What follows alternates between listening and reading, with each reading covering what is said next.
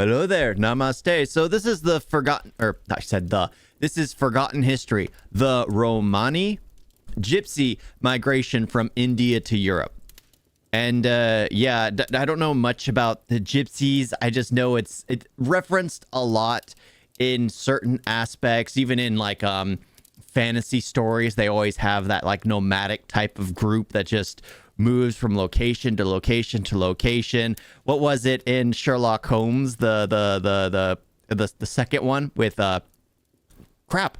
Robert Downey Jr., where he basically joins the Gypsies, and the one they're looking for what happened to be the chicken, and they robbed them the second they got there. You know, funny stuff. But yeah, I don't know much else than what movies have basically done. Yeah, but yeah. When you think of medieval Europe, you probably think of a scene like this. But what if I told you that kind of. late medieval Europe was absolutely chock full of Indians? That's right. Meet the Romani, or Gypsies, the itinerant peoples of Europe. Here's the thing.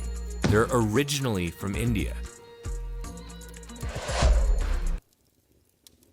I like how they're dressed. I'm not gonna lie. I like how they're dressed because it's a mix between like the colorful culture of India and then, well, the button downs, the hats of like the European culture. Like you have a nice dress, like a nice traditional dress, and then you just throw up a nice wide brim fedora for an accent. It looks like a nice melding of the cultures. Romani have long been seen as outsiders and outcasts in Europe. Due to their communal insularity and itinerant culture, they have often been stereotyped as thieves, fortune tellers, and mystics. What I say about in Sherlock Holmes, that's how it was portrayed. Even the girl, the one they were looking for, she was doing fortune telling when she was going to be assassinated. I think that was the first movie. Yeah, that was the first movie. She was doing no, that was the second movie. She was doing fortune telling when she was going to be killed. She gets away, and they go to the Gypsy group where they're robbed, and then they laugh at them. They take the guy's coat. They take yeah. It's a funny scene. It is a funny scene, but they turn out to actually be genuine people once they realize, they're actually good people. They're not gonna squander us. Because I guess it turned into that. Like you can, like let's say you migrated to a different location in the world, and then you were just looked down upon for many generations. Well, what would you do in defense? Instead of becoming welcoming, you would become more closed off to the community. So in the end, it was probably more of a defense mechanism. So it's probably true that the Gypsies became more thieves over time, or not thieves, but more unwelcoming, that more things about them became. So you create, like, what is it in like the tale? You create your own villain by there being something here, it creates the effect. By them being not welcoming, it created the Gypsies to react in certain aspects. Yeah, it's a thought process and the psychology of humanity. What is it? The Stanford, was it the Stanford study in prisons? What happens when you put like regular people in charge, or like what happens with corruption and that kind of thing? Sometimes even spies. Europeans struggled to figure out how these groups fit into their increasingly centralized, industrialized societies. It didn't help that Romani were outwardly very different. They had dark skin, silky black hair, unique clothes, and embraced religious traditions that were alien to Europe. And so the Europeans gave them an exotic identity, a foreign mystique. But their ignorance wasn't entirely incorrect. Romani themselves recognized that they were not originally from Europe. Famously, one tradition placed their ancestors in ancient Egypt, which gave rise to the controversial term gypsy. But the narrative was incomplete until finally there was a breakthrough. In the 18th and 19th centuries, new linguistic analysis revealed the truth, a truth that has since been confirmed by genetic studies. Oh, okay. So that's why they were called Gypsy. Because honestly, I always thought it had to do with something. I thought that it was more like, I knew they were like a migrating nomadic kind of tribe that moved around.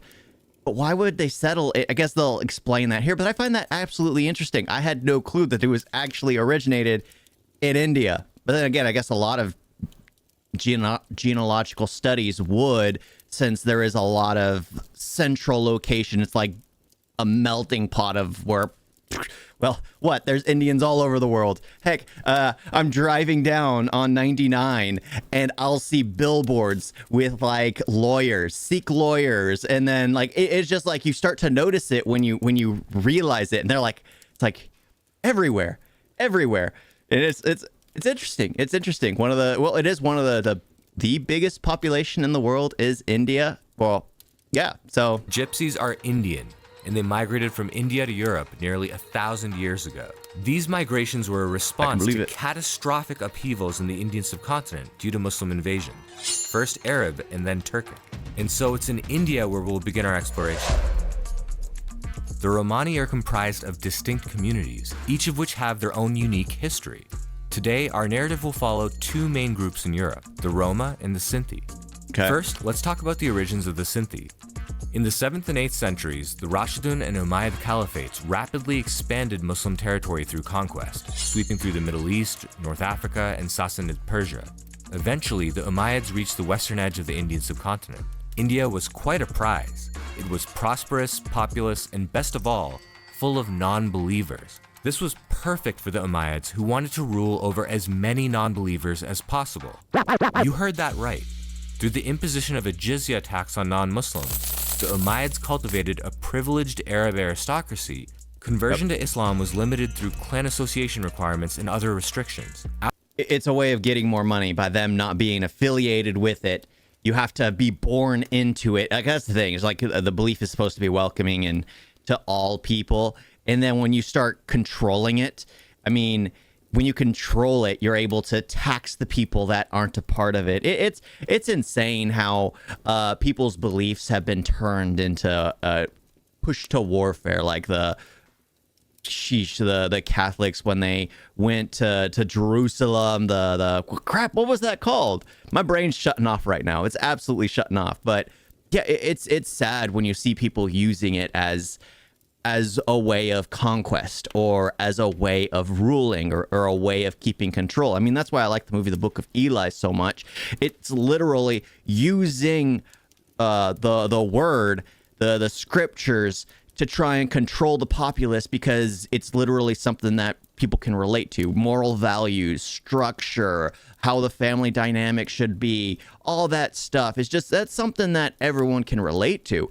Whether you accept it or not, there are facts in beliefs that are talking about like a family dynamic and the fact of unity and accepting each other and just trusting in mankind in and of itself and the goodness and just as bad as some things are that happen in belief systems, it's just there are good things in there too, and you just need to focus on what works for you. After all, if there were too many Muslims, tax revenues would decrease. Yep. Fun fact, historians estimate that in the mid-8th century, only 8 to 10% of the caliphate's population was actually Muslim. Okay, back to India. The Umayyads launched a series of brutal campaigns into the subcontinent, intending to take all of India for themselves. But they didn't expect such a fierce, coordinated, and relentless resistance. By the 740s, they had been routed by an unlikely alliance of Rajputs and South Indian Chalukyas. The Umayyads may have been repulsed, but early on, they managed to capture Sindh, a prosperous cosmopolitan region in the northwest. Let me be clear, the takeover was disastrous for the people of Sindh. During the invasion, the Umayyads destroyed cities, farmland, and infrastructure.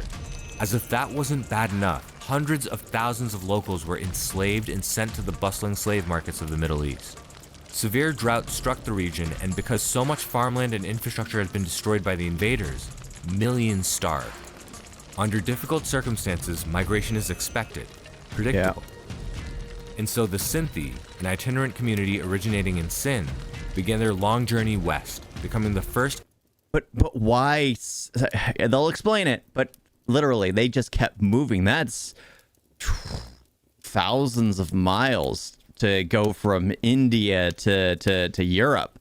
I mean, to migrate so far, were they just constantly at odds with everyone they came across?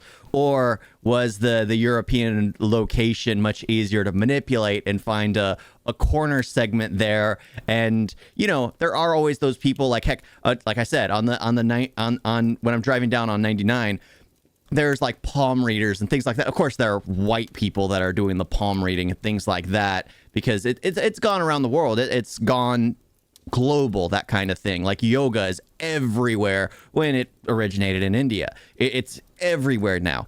But it's just like there are palm readers. There's things like that. And people always want to know the future. So you find a market where, well, in places where I guess it's well off or more modern or things like that, the rich and wealthy want to know their future. They'll pay anything to have a crystal ball reading or just the something foreign that just seems interesting. Like how many people travel the world to go and see something different, to immerse themselves in, well, most Westerners don't. They don't do that at all. They're so close-minded, thinking that the world is just the little bubble of the internet that they're on, which it would be good for them to actually go out and see the world. But there's something about it, seeing the world and seeing something different and knowing your future. I mean, I guess that's why it was gypsies were seen as like palm readers, mystics, things like that, because, well, that's where they could make the money off of the Europeans. The gypsy groups to leave India.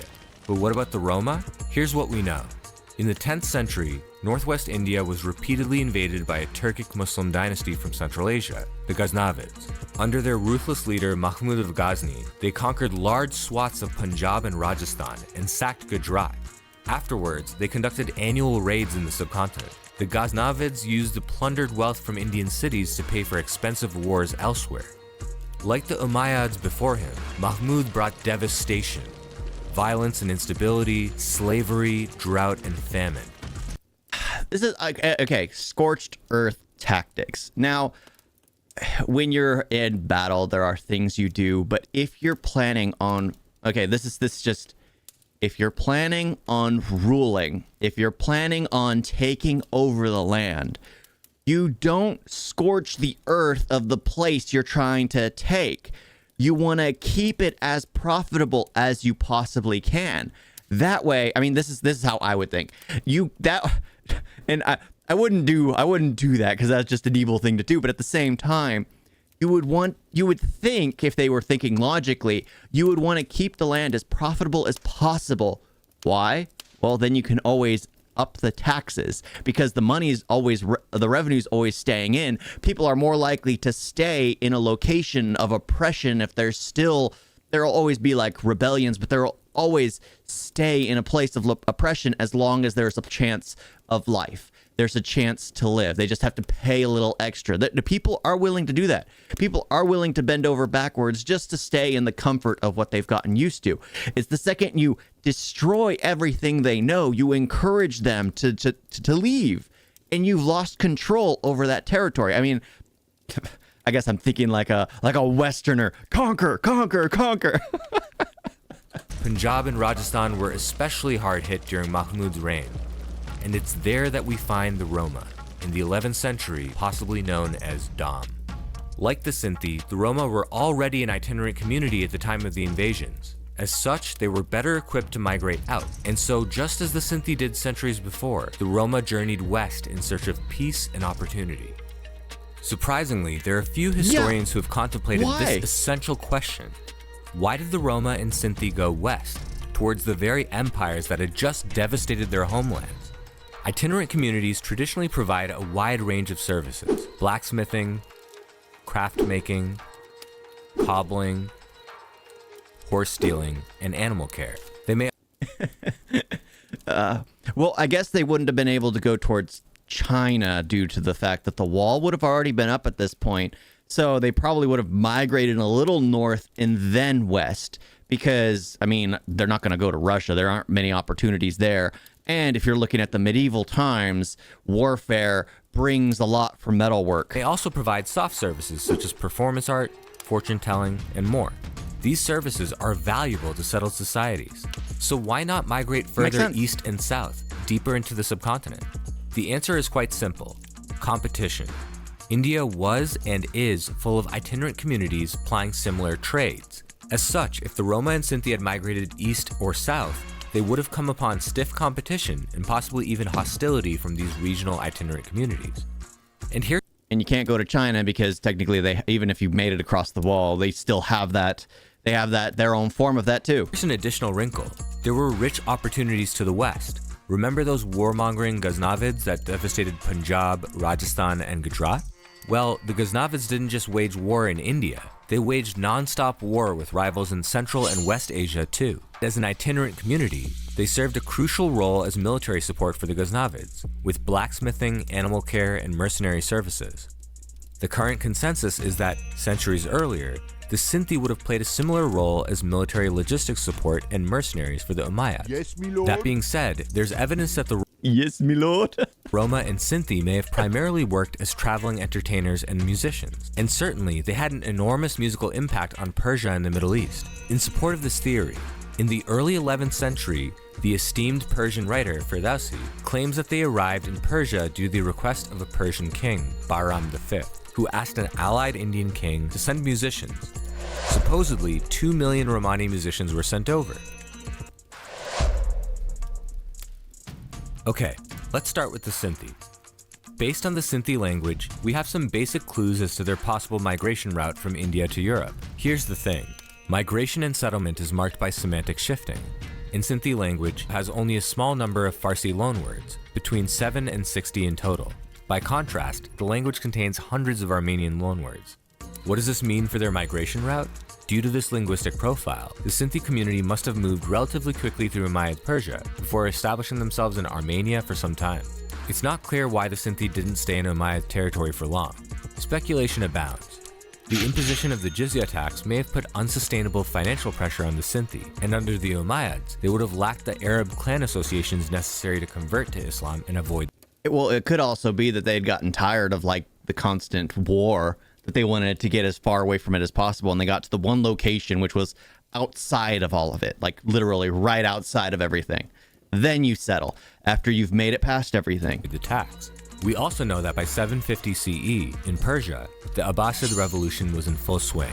This instability may have convinced the Sinti to keep moving, away from continued uncertainty and danger. Whatever the reason, the Sinti made their way into a sliver of Armenia that was administered by the Byzantine Empire.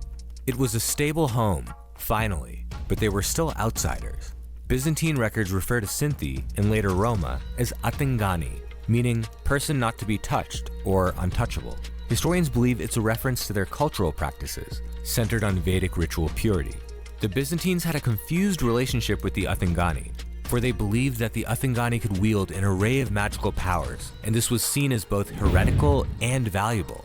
Thus, the Byzantine Emperor Nicephorus turned to the Sinti in 803 CE for assistance in suppressing a rebellion. According to the chronicler of these events, the migrant Sinti performed a ritual animal sacrifice and cast magic spells against the enemy. Since he was successful in suppressing the rebellion, Nicephorus was greatly pleased with the Sinti, and he showered them with favors and support. But the religious establishment disagreed with this decision to reward the Atingani for their heretical magic, finding it opposed to the beliefs of the Orthodox Church. And though it was their home for a few centuries, It's like, we'll use you for your capabilities, but because it doesn't align with us, you are evil and need to not be rewarded for your actions or paid for your actions. Basically, at that point, you're just a slave. Ugh. The Sinti did move on from the Armenian portion of the Byzantine Empire, whether due to ramping socioeconomic pressure or violent incursions in the borderlands. By the late 10th century, some Sinti splinter groups had entered the Balkans, Crete, Thrace, and peninsular Greece. And by the 14th century CE, the Sinti began to spread deeper into Europe. Soon enough, they established themselves in a variety of countries: Germany, Italy, France, and Spain. So they just split off every time. Let's return to India to catch up with the Roma.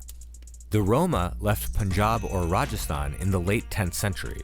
As we discussed, they likely provided military support to the Ghaznavids in the initial decades of migration, and eventually found their way into Ghaznavid Persia. Roma groups established deep connections in medieval Persia.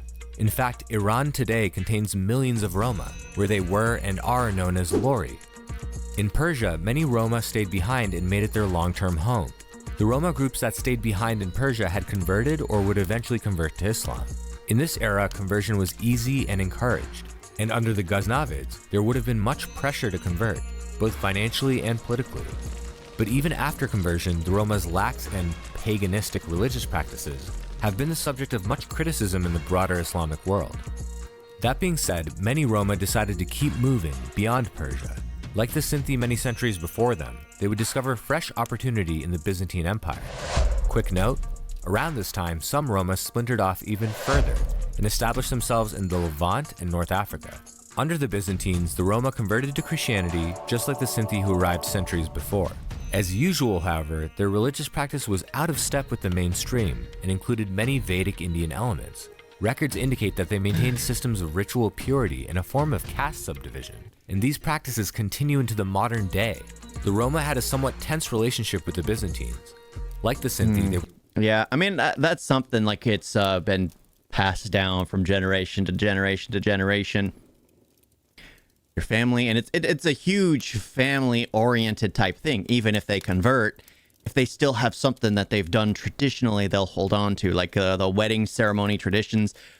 A lot of that is things that were established, like for what I'm going through. It's like I'm thinking about it, it's like that seems like it would serve a purpose hundreds of years ago, but now it's something that's just been held on to because it's a tradition. It's something that's been done, even though it serves no purpose at this point other than to symbolize and represent something that was established years prior. It really doesn't serve a purpose because, well, times have changed. Certain things are different. Like it's interesting how things adapt through time, and sometimes you're just so stuck in things that it's just like, well, we can get rid of this, but most of the time we'll try to keep as much of it traditions as possible. So even when they convert, they still try to keep as much of the traditions as possible. And it's just like when you're supposed to be, it's strange. It's strange when people think it's just like conversion. You're supposed to change everything of who you are. And then when you don't, because you are you, no matter what, you are you. Even if you do change your belief, you are you. And if you have something you do that makes you feel more like you're going to continue to do it. So that's just something I've always found interesting. And then it ends up creating a splinter group because, especially when families are so close together, that family basically will teach their young ones the same thing they do. So with their new belief, including their traditions, and it becomes like a mixed bag of well, specialties, basically. I've always been a fan of that. It's always nice to see cultures mix, but you can see where people on the outside from one secular belief look at it and go like, that's just a mixed hodgepodge, instead of looking at it and being like, that's a beautiful unification of cultures. I mean, that's always how I viewed it. Were also considered Athingani. A majority of Byzantine writings referencing the Athingani are critical of them, and there were many social and legal restrictions imposed on them. That being said, exemplary Roma could attain high positions, and there are records proving that a few had even obtained imperial titles. As with the Sinti, it's not 100% clear why the Roma continued to migrate west. However, most historians have pointed at the meteoric rise of the Ottomans in the 14th century. Under the Ottomans, the Roma would have been subject to conversion pressure and a jizya tax if they didn't convert. Sound familiar? As per usual, the jizya tax would have been oppressive for a group that already struggled to pay taxes, but that doesn't mean all Roma left Ottoman territory. In fact, many Roma simply converted and assimilated into Turkish culture to avoid paying the tax. In any case, with the Ottomans rapidly expanding to cover the territory once ruled by the Byzantines, large numbers of Roma migrated into the Peloponnesus, following in the footsteps of the earlier Sinti. Today, there are extensive records of Roma settlement near cities like Methoni. This migration was once beneficial to native Europeans. Consider the Venetian city of Napoleon. From the record, we're told about the installation of John the Gypsy as military leader of the city. In exchange for the right to live in this area, the Roma were expected to provide military assistance against Ottoman attack. By the late 14th century, the Peloponnesus was regularly targeted by Ottoman raids. This continued for more than 100 years. The Ottomans were severe in their brutality. In Methoni, for example, records indicate that the Ottomans beheaded every male above the age of 10 and enslaved the rest. Exhausted by the threat of the Ottomans, the Roma migrated deeper into the heart of Europe. The Roma spread in every direction, to Poland and Romania, Austria and Hungary, Germany, France, Italy, Spain, England, and even... That seems so strange, though, to have, I mean, so they would be moving as a group, you grow attachments, you build families on the go, and then you just splinter off. The people you once knew, let's face it, you'd never, especially at that time, you'd never see again. You're a roaming tribe. they'll mention they're going this way, but the second they go, you'll never see them again. The second they part, I mean, it would be a long shot if you ever came across another group that you had once met before, because it's a roaming tribe. That just seems like a hardship. I mean, now it's not a big deal. Just know their number, call them up, and be like, "Hey, where are you at right now? Let's meet up. Oh, we're a few miles separate from each other. Let's wait a month and find out if we're closer in proximity." But then it just seems you literally had to say goodbye, because those are families that basically have to split up. They know each other. They've lived with each other. I know not all of them are migrating at the same point in time, but maybe one caravan left early and then another caravan's leaving separately. Again, you're never going to see them again. In Scandinavia, but both the Roma and the Sinti were about to receive a very nasty welcome. Roma and Sinti were severely abused by the Europeans. Here's a brief sampling. Roma were routinely enslaved. The earliest surviving record of a slave transaction for Roma is from 1385, when 40 families were gifted as slaves to a monastery in Wallachia.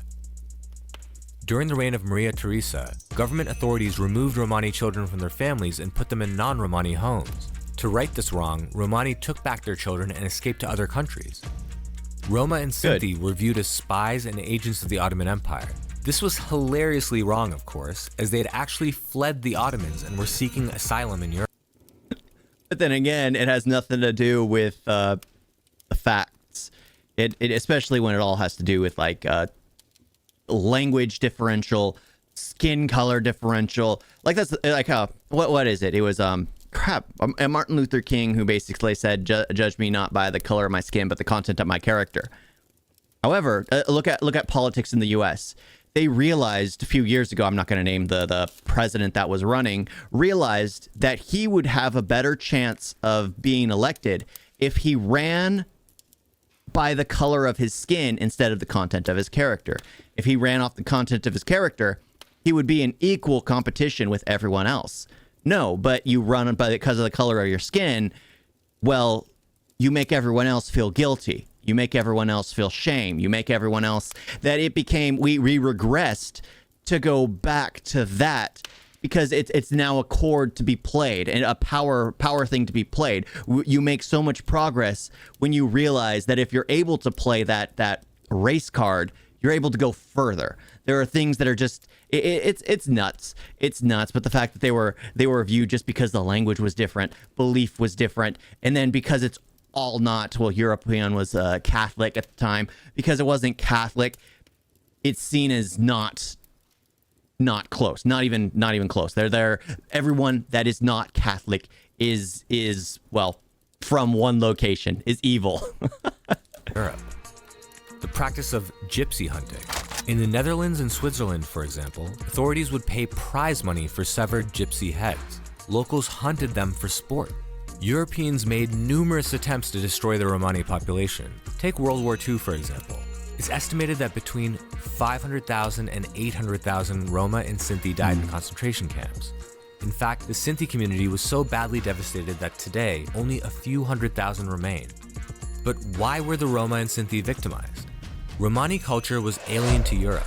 Thanks to communal insularity, the Roma and Sinti preserved much of their Indian cultural and genetic legacy. This made them seem foreign and alien to the Europeans. Yep, like I said. To an unacceptable degree. Familiarity with India was linked to acceptance.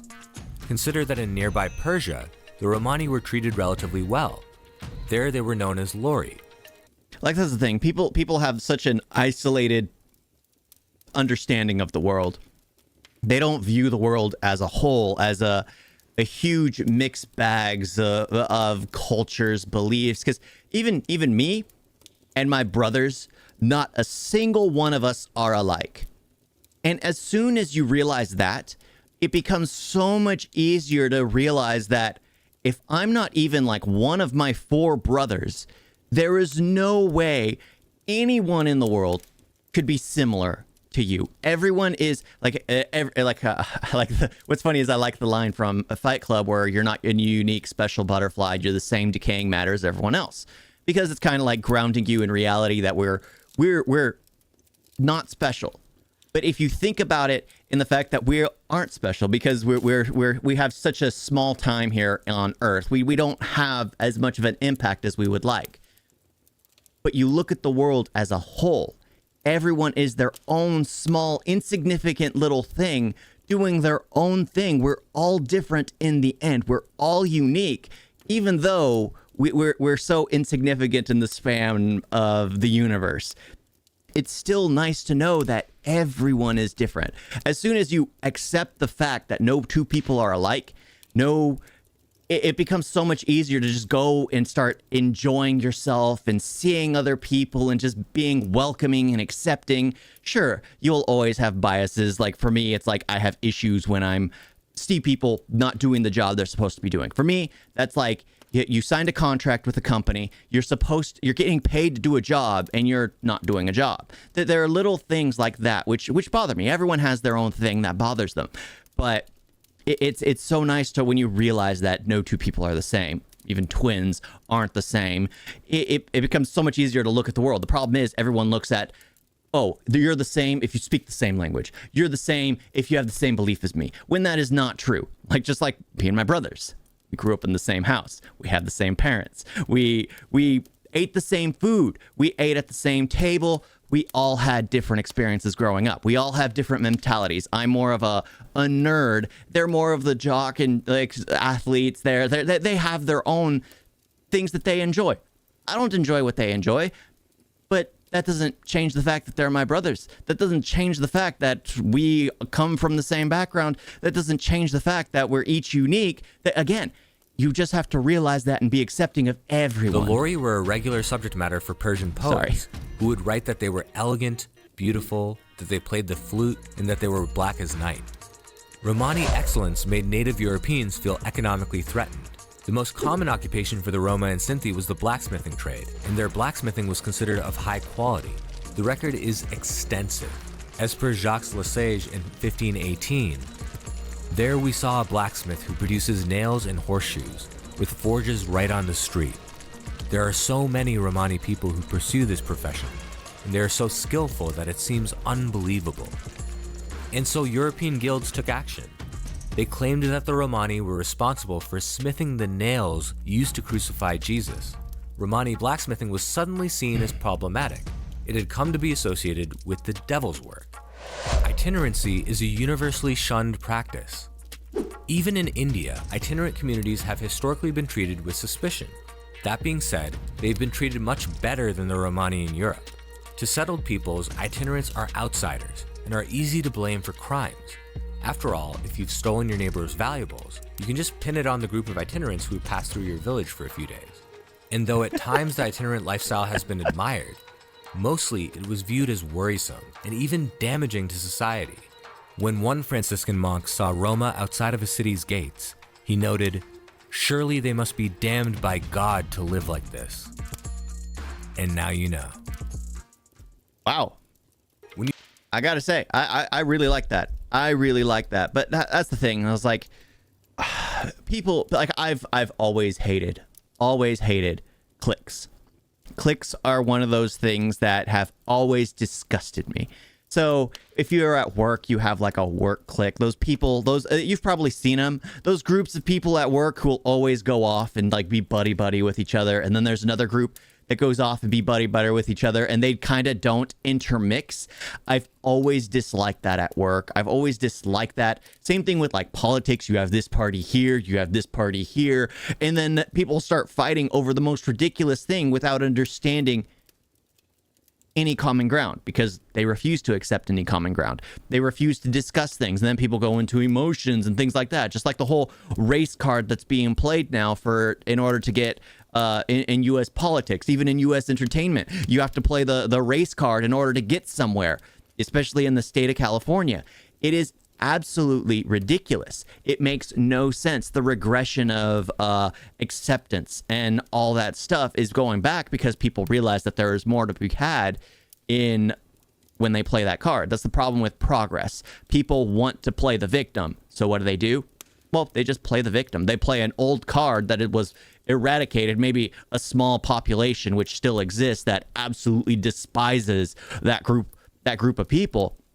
But it's hilarious how small-minded we can be, and I can be small-minded too. We all can. It's just we all have our moments. I mean, ask my fiance. I'm riddled with them. She'd be the one to know them all. Most people don't. Most people think I'm probably a genuine guy. Don't write down in the comments how narrow-minded I am. Or you can go ahead. I already know I am, but I try to be open. I try to be welcoming. I try to not judge, other than the fact the people who don't do what they're supposed to do. Like, that always bothers me. It's like I sign I sign a contract to work at a place, like, and I work my 12 hours a day, 5 to 6 days a week, and then I am beat up, and I literally see another person who's getting paid the exact same as me on his phone, sitting on his forklift watching a video, and I'm just like, it makes no sense. It makes no sense. But that's, I don't know. But yeah, I liked it. I liked it, learning about that, because I honestly never knew they originated in India. There's probably some offshoots. There's probably intermingling of other races and things like that. As well, you're a nomadic tribe. Maybe they picked up a different foreigner here or there who just wanted to travel, and then they have a mixed child, and that gets raised in the community. You know, it could be interesting to just all this stuff. I always find fascinating. Realizing just how small the world is, and realizing the people who, well, complain the most are the ones who don't understand that people are different, and it's just being accepting of the differences of each other. The second we realize, again, that we are all different, like in I was going to say India, in Japan, there's a term for the half breeds, the hafus, which is considered like a curse for the half black, half Asian, the half Japanese. In Japan, if they're called hafu, that's like a curse word. That's actually seen as inferior. That's seen as disgusting. It's just the way it is, because Japan is an island that's so insulated. It isn't until the world mixes and mingles and basically overpopulates with every culture and everything that we won't really find any common ground. Again, you will always have people that view the world through a small lens, through their own personal lens, whether it be belief, whether it be the region they grew up with, whether it be their language. But yeah, I've always been of the mindset where you want things to intermingle. You want people to learn more about everything else. You never want to really belittle people, even if you never truly understand eye to eye or see eye to eye. You never want to belittle what someone thinks, and you never want to have them, disrespect you in turn. You just want to be accepting. I guess that's what I'm trying to say. Now I'm babbling way too much here. Thank you all for watching. Talk to you next time. Toodles.